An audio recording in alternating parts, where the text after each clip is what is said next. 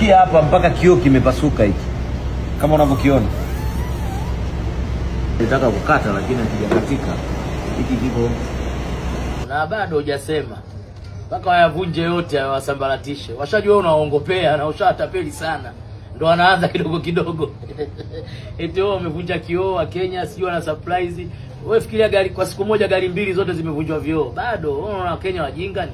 Ushawaibia bado ndio inakuwa ongopea. Sasa hizo washasanuka ndio wanaanza kidogo kidogo. Si unajua wajaruo watoto wa mbwa. Bado hujasema, utasema mdogo wangu. Afu mwingine unaongeaga mdogo wangu ujiangaliaje. Wewe una macho mawili mbele. Jicho la tatu liko wapi? Wewe unajua unalopoka tu. Jicho la tatu, jicho la tatu. Kwa hiyo jicho la tatu subsistence namna gani? Sema mimi sitaki kuongea ujinga. Labda nikwambie wewe una hela. Yaani wewe unajiendesha. Hivi kweli mali zingekuwa zako ungebishana na mimi wewe? Unapauka mishipa kichwa na kutoka, Kila saa content zako Kenya uko sheri. Leo umelalamika magari yote yamevunjwa vioo unasema upendo. Tayari washaanza na wewe, washajua unaongopea, ushawatapeli sana. Laki mbili zao kama unacheza vikoba. Kama mtu fudenke. Alafu neno langu la mwisho, mimi niko tayari nikutane na wewe. Nitoe dhahabu yangu hii, twende sonara yoyote.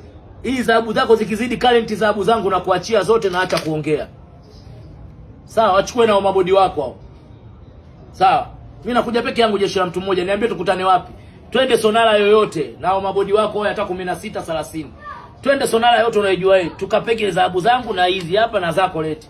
Ukizidi current dhahabu na kuachia dhahabu na acha kelele.